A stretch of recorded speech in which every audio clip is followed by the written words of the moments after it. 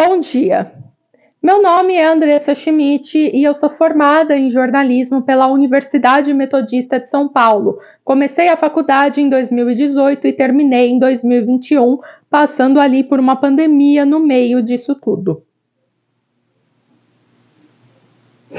Eu comecei esse vídeo de uma forma mais jornalística porque, como esse canal é meio que um portfólio visual de todas as funções, de todos os trabalhos que eu faço, então nada mais justo do que ter um vídeo específico para a minha trajetória, a minha carreira no jornalismo, tudo o que eu já produzi ao longo da faculdade e fora dela. Vamos começar isso do início, não é mesmo? Falando especificamente sobre a minha formação. Como eu falei, sou formada pela Universidade Metodista de São Paulo de 2018 a 2021 e na faculdade eu já produzi muitas coisas que contribuíram para o meu portfólio e que eu tenho muito orgulho de ter feito parte da minha bagagem ao longo da minha formação. Antes de falar do meu trabalho além da faculdade, eu quero falar um pouco das produções que eu fiz ao longo desses 4 anos. Eu não vou dividir por semestres, porque eu não lembro especificamente o que eu produzi em cada um. Eu tenho algumas lembranças do que eu produzi em alguns semestres, mas alguns eu ainda dou uma confundida se foi no terceiro, se foi no quinto, se foi, enfim. Eu lembro que eu fiz uma das primeiras produções, no primeiro e segundo semestre não teve, eu lembro que não teve tanta produção assim, porque foram semestres mais teóricos, mas a primeira grande produção foi ter feito um portal, um site, em que a gente fez produções em cima de alguma cidade em que o grupo, cada grupo escolheu uma cidade e fez produções jornalísticas sobre essa cidade. Depois a gente fez um semestre em que a gente tinha que produzir uma matéria de jornal, então a gente tinha que produzir a matéria, além de diagramar para uma página de jornal. A gente tinha que construir um radiojornal e um telejornal.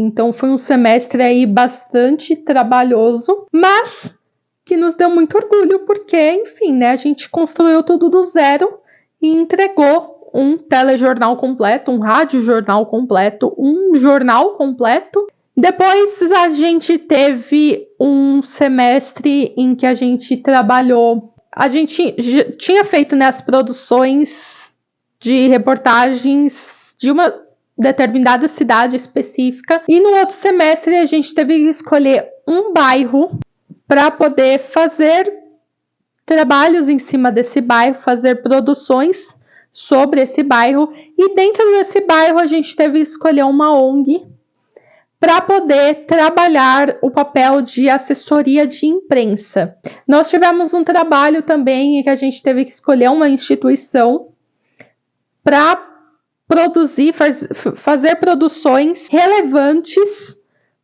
para o tema defendido por essa instituição, e a gente havia escolhido a Unicef.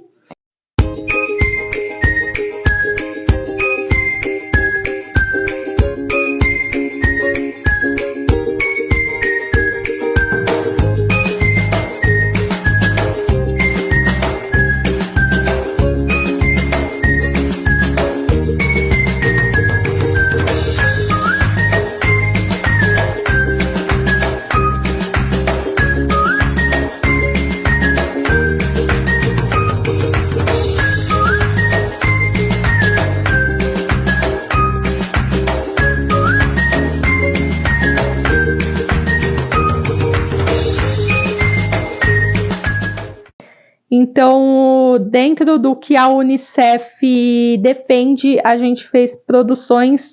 Criado pela ONU em 1946, o Unicef promove os direitos de crianças e adolescentes em 190 países, sendo um deles o Brasil. A agência está no território brasileiro desde 1950, apoiando transformações na área da infância e da adolescência. Nas últimas décadas, o Brasil teve um grande avanço na inclusão de crianças e adolescentes nas políticas públicas. Existe um grande resultado de campanhas do Unicef, como a de imunização e aleitamento materno, da mobilização que elaborou o Estatuto da Criança e do Adolescente, dos programas de enfrentamento ao trabalho infantil, entre outros. Hoje em dia, a agência volta os seus trabalhos à Amazônia e no semiárido, com o programa de cooperação com o governo brasileiro, local onde há mais crianças e adolescentes em situação de maior vulnerabilidade e vítimas de violência. O selo Unicef, uma ação para fortalecer as políticas públicas dos pequenos e jovens nessa região, é um estímulo que apoia os municípios a garantir o cumprimento do Estatuto da Criança e do Adolescente e avançar em direção aos Objetivos de Desenvolvimento Sustentável, o ODS. É realizado um diagnóstico de categoria de pessoas com até 18 anos e implementado um plano de ação para enfrentar os principais problemas. Duas grandes iniciativas dão destaque para o Unicef. O projeto Viva Melhor Sabendo Jovem, que é uma ação que amplia o acesso dos jovens ao teste do HIV, a retenção ao tratamento dos jovens soropositivos e o acesso às informações sobre prevenção. Já os Semanas do Bebê tem como objetivo reunir esforços de governos e da sociedade para garantir os direitos das mulheres gestantes ou mães e de seus filhos. Em resposta ao fluxo migratório, o Unicef, desde maio de 2018, tem mobilizado parceiros e realizado ações voltadas para atender às necessidades de crianças, adolescentes e suas famílias da Venezuela.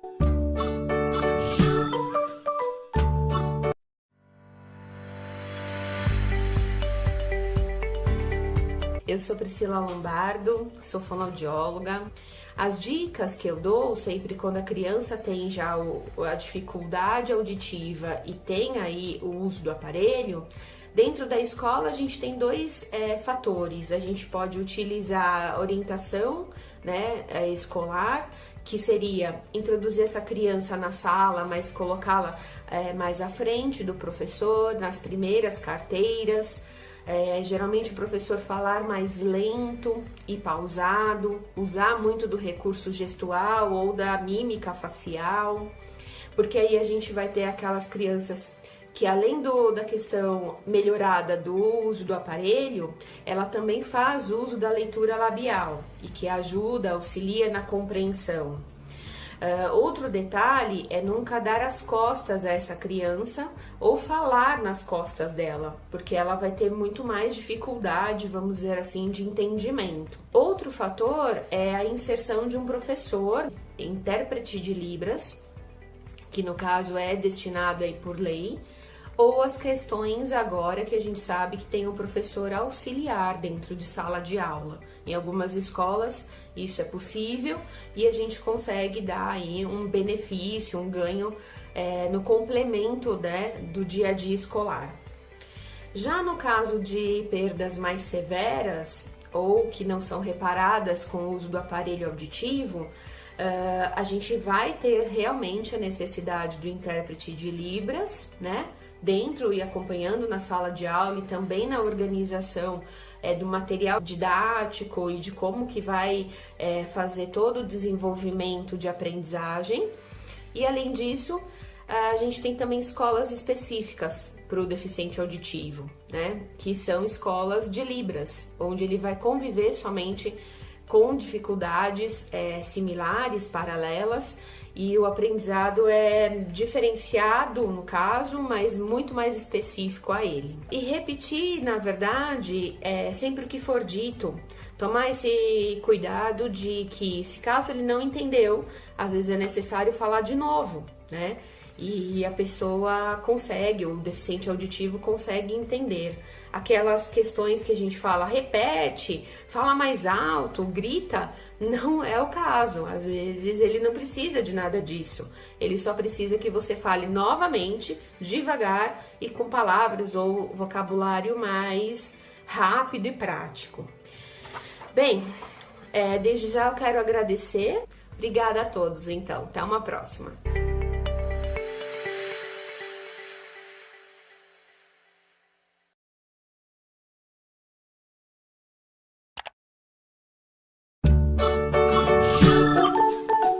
Além do processo de adoção, a responsabilidade dos pais continua para que tanto eles quanto as crianças possam estar bem adaptados ao novo vínculo familiar. Apesar dos pais terem escolhido o perfil que eles queriam para adotar, cada criança tem uma personalidade própria que pode gerar pequenos conflitos em uma família.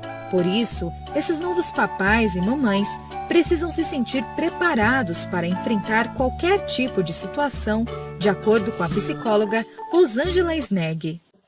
E se essa criança não corresponder a essa idealização, vai ser uma frustração muito grande. E isso vai acarretar o problema do desenvolvimento dessa criança na construção da personalidade dela. Os 3 primeiros anos de vida de uma criança é a base fundamental para a construção da personalidade dela.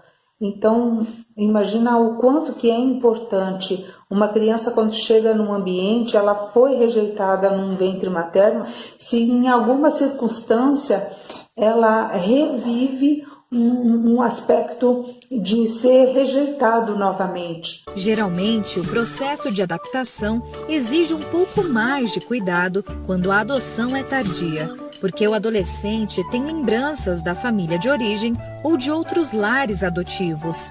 Mas a decisão de não contar sobre a adoção traz algumas dificuldades para que a criança ou adolescente sejam inseridos num contexto familiar harmonioso. Então, em qualquer idade que a criança for adotada, a psicóloga afirma que a verdade deve prevalecer acima de tudo. Porque a verdade é a história da vida pregressa dessa criança. Então, todos nós temos o direito de conhecer a nossa história. E quanto mais a gente se interessa pela nossa história, a gente vai se interessar pela história da cidade, história do país, história do mundo. Então, conhecer a história é um aspecto fundamental para que a gente possa desenvolver a nossa capacidade de pensar sobre nós, sobre o mundo. Além da sinceridade, é preciso também observar a criança e respeitar a história, as origens, hábitos e valores que ela carrega consigo ao entrar para a nova família.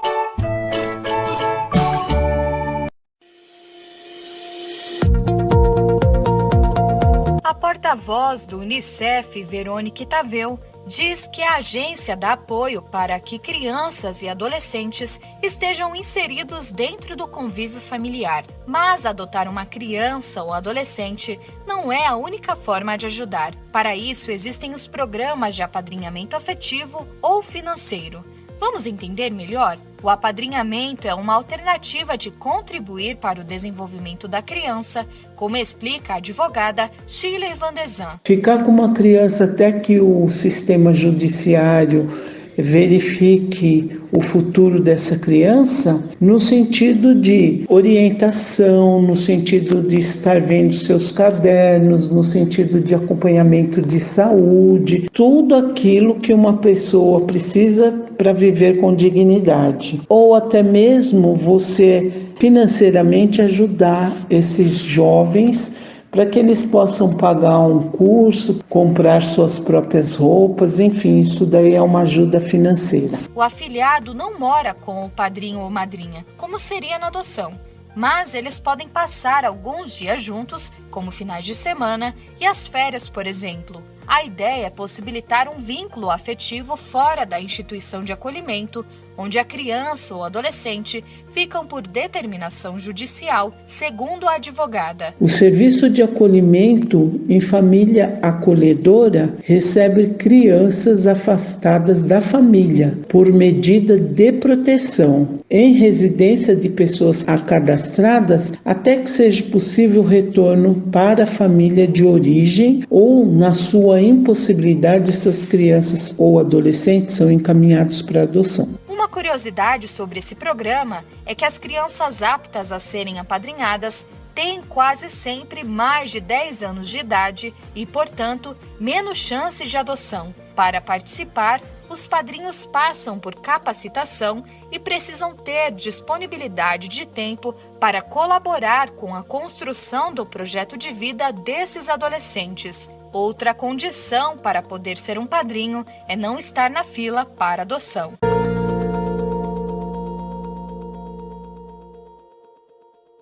Você sabia que 25 de maio é marcado pelo Dia Nacional da Adoção? A data foi criada em 1996, no primeiro Encontro Nacional de Associações e Grupos de Apoio à Adoção. A adoção é uma realidade social realizada por meio de ato jurídico que cria entre duas pessoas um vínculo de parentesco considerado de paternidade e filiação. Muitas pessoas que não puderam ter filhos encontram a oportunidade de serem pais de crianças que foram abandonadas e recolhidas por orfanatos ou outras instituições. Mas existem casos em que as pessoas só querem ajudar, cumprir seu papel diante de uma sociedade injusta que não oferece as mesmas oportunidades de vida para todos. A data 25 de maio foi instituída para celebrar as adoções já feitas no país e para conscientizar a população, bem como dar um empurrãozinho nos papais e mamães que sonham em adotar, mas ainda não tomaram a iniciativa. O processo de adoção não é fácil. As pessoas interessadas nas crianças ou adolescentes devem apresentar uma documentação sobre suas condições de vida para garantir que o adotado terá conforto e segurança, que irá ser bem tratado e receberá dos pais adotivos amor, carinho e atenção. Segundo o artigo Adoção no Brasil, existem vários mitos sobre a adoção, que muitas vezes prejudicam no interesse das pessoas em criar e educar uma criança ou jovem com quem não tenha laços de sangue. Vamos falar sobre alguns deles. Dizer que a criança adotada traz problemas é um erro. A criança aprende com aquilo que vivencia. Por isso, quanto mais nova for adotada, mais chance ela terá de se adaptar a um modelo familiar. Esconder a história de vida da criança adotada é um erro, pois é melhor manter uma relação aberta e livre de qualquer tipo de preconceito. Crianças com a cor da pele diferente não devem ser discriminadas, nem devem receber tratamento diferente dentro da família. Ela precisa entender que será muito bem acolhida e amada. Filhos adotivos não têm dificuldade em amar seus pais. Pelo contrário, são atenciosos e carinhosos com eles, mas isso também depende da forma de como são tratados. Os filhos adotivos não ficam lembrando de sua família de origem. Na verdade, se as relações familiares não eram boas, se houve abandono, o vínculo afetivo não foi construído de forma positiva, portanto, não provoca boas lembranças. Crianças adotadas mais velhas são mais difíceis de educar. O comportamento das crianças é conduzido pelo afeto e ensinamentos dados pelos pais. O amor desses pais é capaz de fazer com que elas superem frustrações passadas. Entre diversos mitos, existem verdades incontestáveis. A adoção preenche vazios. Ao contrário do que pensam, o maior beneficiário da adoção são os pais que ganham o melhor presente de suas vidas.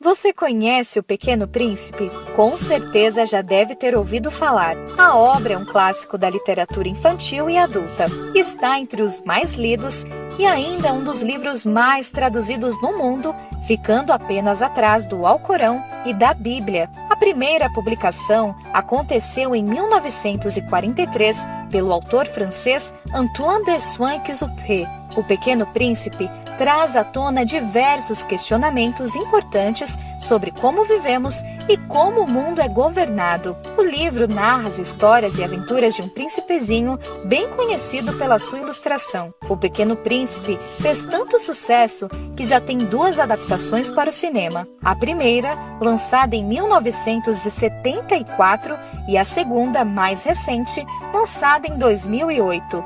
Então, a pergunta que fica é: O Pequeno Príncipe é um livro só para crianças? Ao refletir sobre isso, lembre-se, só se vê bem com o coração. O essencial é invisível aos olhos.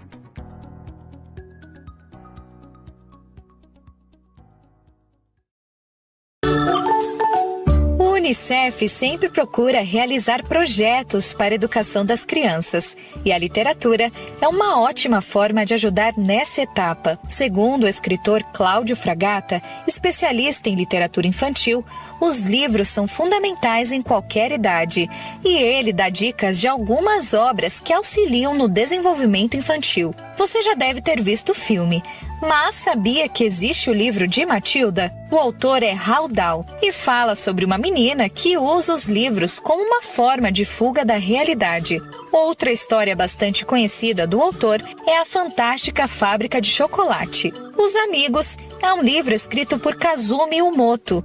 A história trata de assuntos delicados, mas de uma forma extremamente poética e leve. E não podíamos deixar de falar de Monteiro Lobato, clássico na literatura brasileira. Reinações de Narizinho dá início à saga do Sítio do Pica-Pau Amarelo. Já a Memórias de Emília é um livro divertido e que dá uma aula de como se escrever.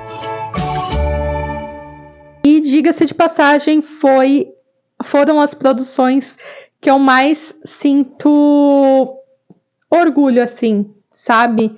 Eu acho que talvez o segundo tipo de produção que eu mais sinto orgulho, porque a primeira, com certeza, é o TCC, que eu vou falar dele um pouco mais à frente. Porque antes disso, eu ainda produzi uma crônica que acabou entrando para uma outra plataforma que a gente produziu, então em outro semestre a gente teve que produzir uma outra plataforma, um outro site. A gente teve, na verdade, escolher no semestre que tipo de trabalho a gente faria, e a gente escolheu fazer uma plataforma, criar um site onde a gente hospedaria várias produções. Então, dentro desse site a gente produziu textos, entrevistas, documentário, reportagens em áudio, muita coisa. E é uma plataforma que falava sobre autoestima, autoaceitação.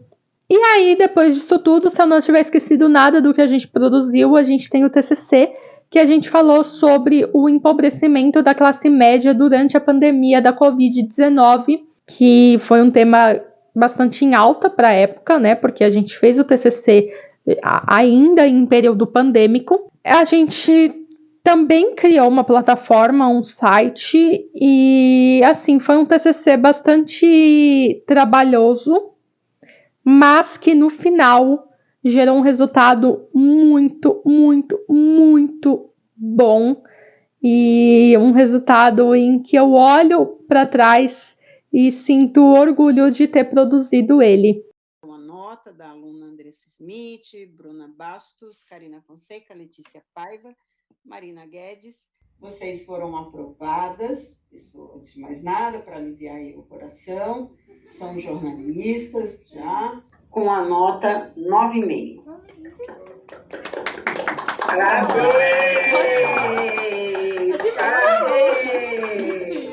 O mais orientador aqui neste momento era um abraço de vocês, mas não vai faltar oportunidade.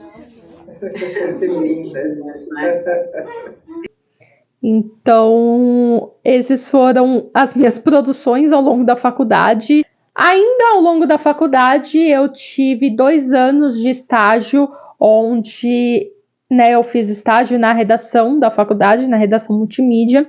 Direto da redação. Atualizações sobre a pandemia de Covid-19. Saiba também sobre os eventos abertos que já estão acontecendo em alguns países do mundo. Entenda sobre o crescimento de bilheterias nos cinemas do Brasil. E veja também mais informações sobre o Paulistão. Tudo isso e muito mais agora no Direto da Redação. E aí, pessoal? Eu sou Andressa Schmidt e está começando mais um Redação em Forma.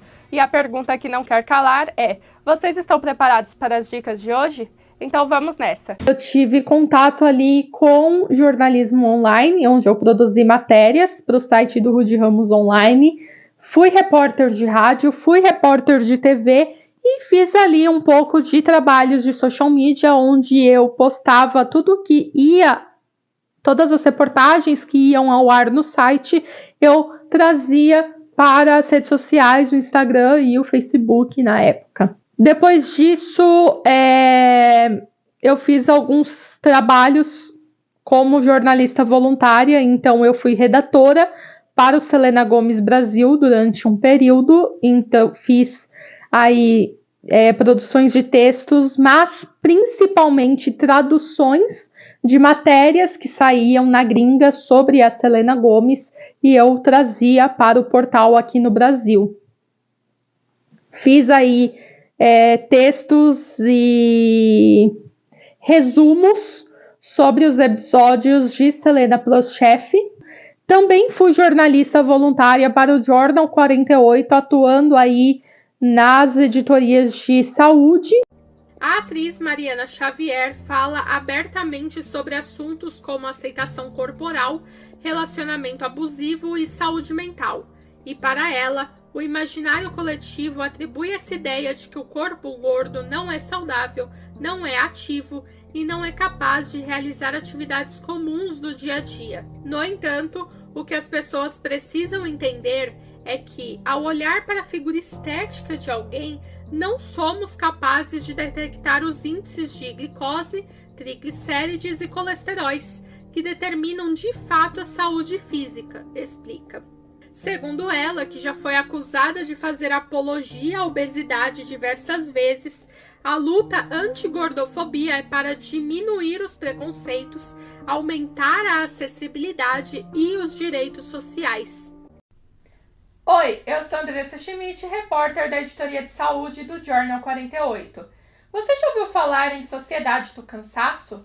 O termo ficou conhecido por ser título de um livro escrito pelo filósofo coreano Byung-Chul Han e trata-se de um efeito colateral na era na qual vivemos que preza massivamente pela superação e pela performance.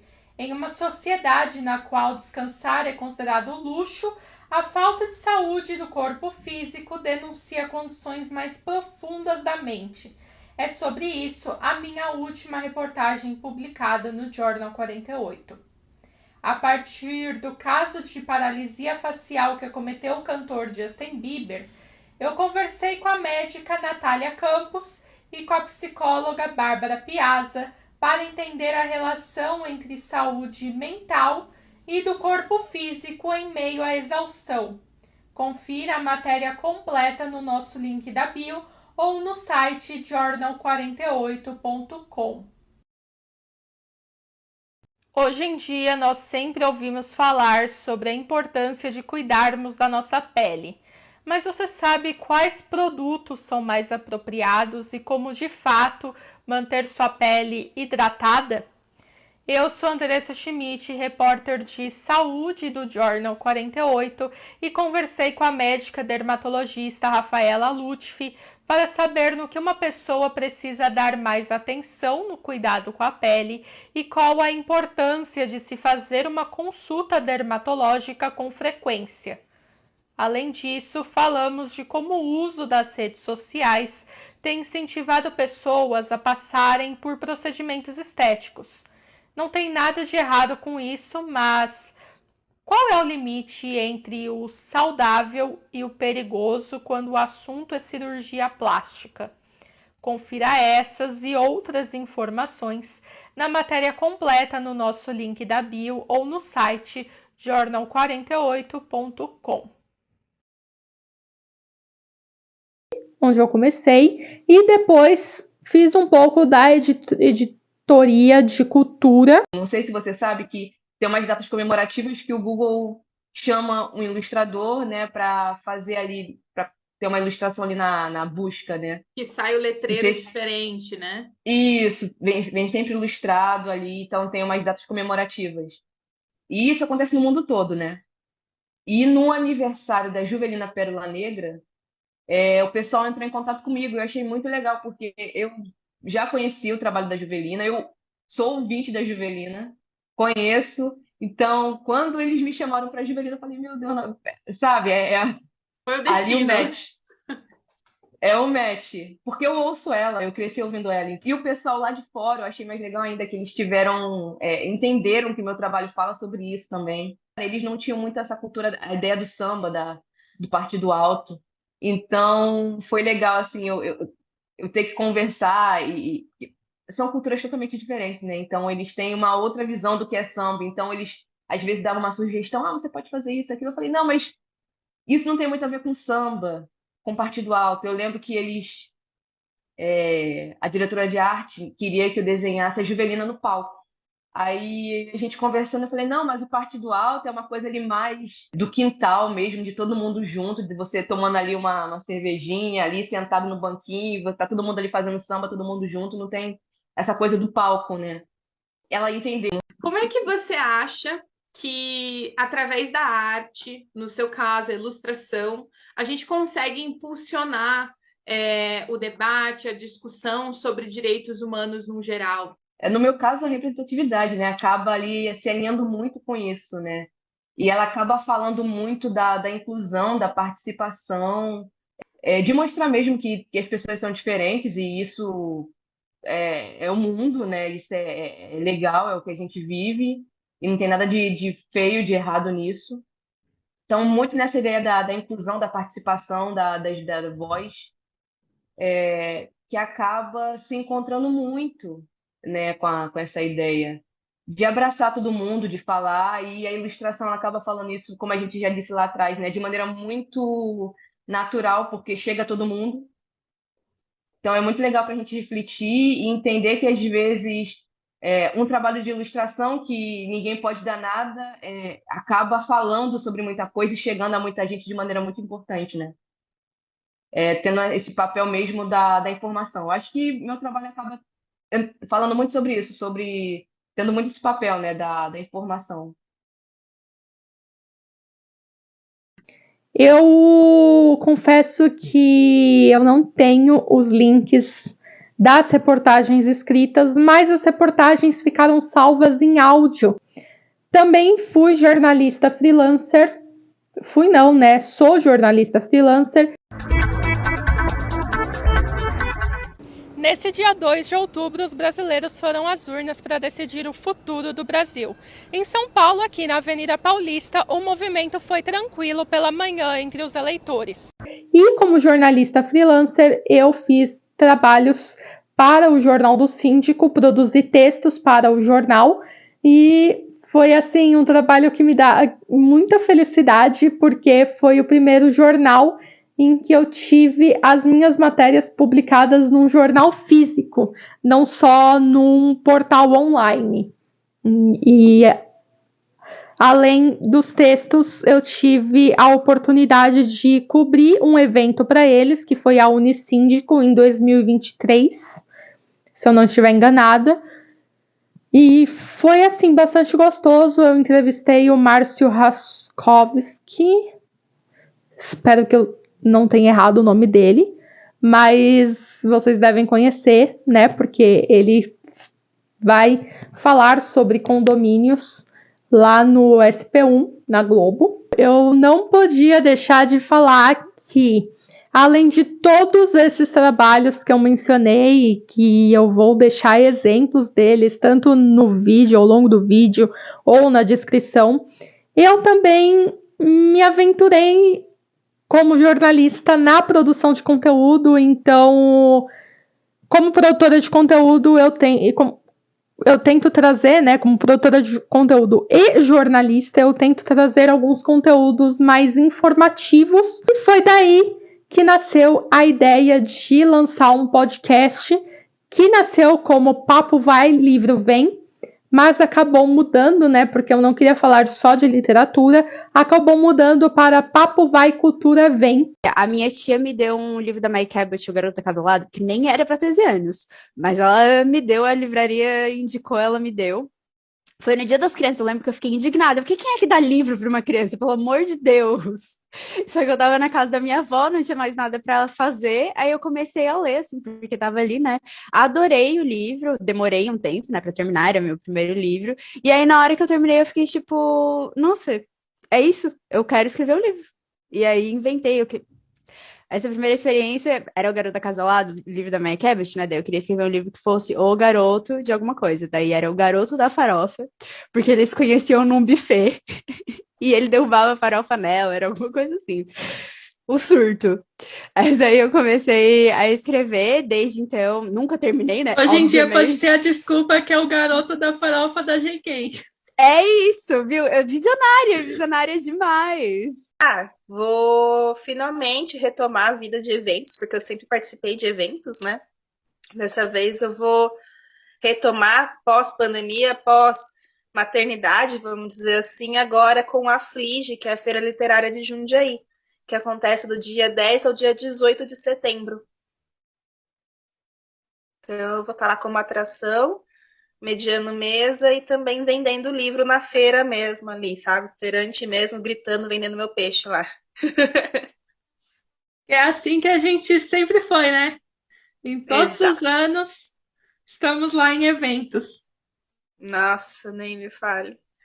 Então, o Fanfic Show, ele surgiu numa brincadeira. Bom, inicialmente o projeto foi fundado por mim, pela Blonde, né? Que é autora de Deuses de Metal, que é uma fanfic que ela tá ainda escrevendo. E a gente conversava muito sobre, poxa, não tem espaço para fanfic, né? A gente via que existia podcasts e alguns vídeos no YouTube que falavam sobre fanfic, mas não que entrevistasse os escritores. Uma pequena em Londres, tem um trechinho que era assim. Como que era mesmo? Gente, esqueci a letra.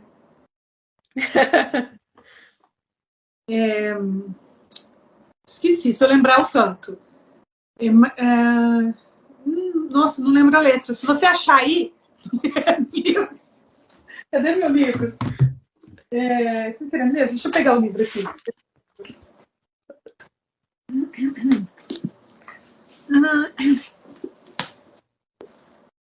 Não achei. Não. É essa aqui? Qual? É da página 346? Essa mesmo. Lembrei da letra. Da letra não, né? A letra eu tô olhando aqui, lembrei da melodia. Então, a minha relação como produtora de conteúdo literário, ela é uma relação assim que eu sempre me questionei muito as coisas, desde o início. Eu lembro que teve uma época que era muito isso, de tipo, quanto mais você lê e falar sobre livros, tipo, em quantitativo, melhor. E ela até teve uma época que eu tentei fazer isso, de criar vários vídeos, tipo assim, de listas. E 10 livros disso, 10 livros daquilo. Minhas últimas leituras, aí tinha que ter, sei lá, 10 livros.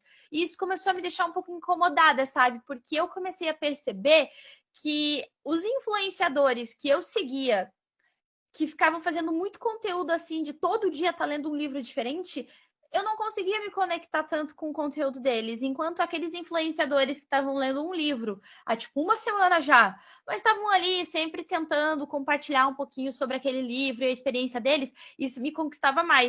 Olha, para quem quer seguir aí por esse caminho, não sabe por onde começar, acho que a dica é sempre comece, e comece escrevendo. Eu acho que não adianta a gente pensar muito na publicação se a gente ainda não tem um material escrito, se você ainda não tem uma história. O máximo que você pode pensar em termos de publicação, né, é ter noção das suas possibilidades, né? Então, é bom entender um pouco do mercado, saber como funciona para você ser publicado de uma maneira tradicional, como é o mercado independente, formatos diferentes de publicação que você tem. Então, é bom se manter informado sobre isso, mas não deixar isso falar mais alto do que a sua própria história, né? Então, você precisa escrever, você precisa colocar no papel, e é necessário ter paciência para respeitar o seu próprio processo criativo, os seus limites, né? De onde você consegue ir ou não. Que tá um pouco parado atualmente, mas que as produções estão aí para quem quiser escutar. E talvez um dia aí eu volte a produzir para o podcast. Eu tenho algumas ideias. As produções estão aí, na internet afora. Eu vou tentar juntar o máximo que eu conseguir dentro desse vídeo para poder trazer de uma forma mais fácil para vocês conseguirem visualizar e não ficarem loucamente procurando, né, caso haja interesse de conhecer tudo o mais o que eu descrevi ao longo desse livro. Não é um livro, é um vídeo. Enfim, já minha cabeça já não tá batendo bem das ideias, então é melhor encerrar o vídeo por aqui. Eu espero que vocês tenham gostado e que vocês estejam gostando de conhecer um pouco mais dos meus trabalhos. E nos vemos num próximo vídeo onde eu vou falar mais do que eu faço nessa vida.